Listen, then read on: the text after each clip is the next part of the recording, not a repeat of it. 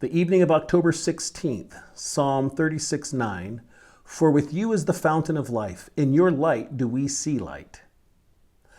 There are times in our spiritual experience when human counsel or sympathy or religious ordinances fail to comfort or help us.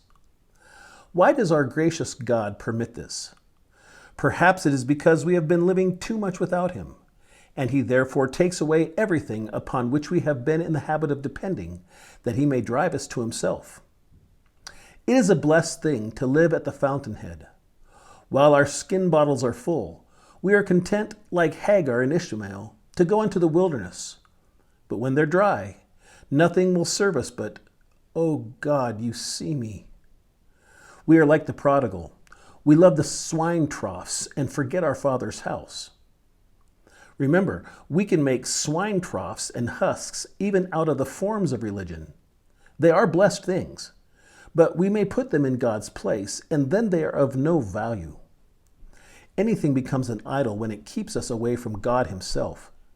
Even the brazen serpent is to be despised as Nehushtan if we worship it instead of God. The prodigal was never safer than when he was driven to his father's bosom because he could find sustenance nowhere else. Our Lord favors us with a famine in the land, that it may make us seek after Himself all the more.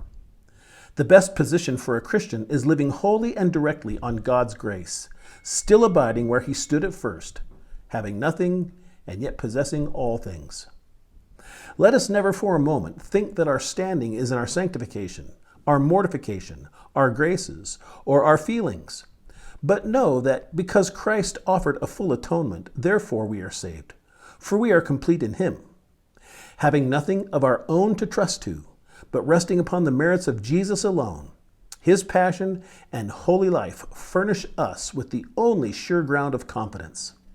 Beloved, when we are brought to a thirsting condition, we are sure to turn to the fountain of life with eagerness.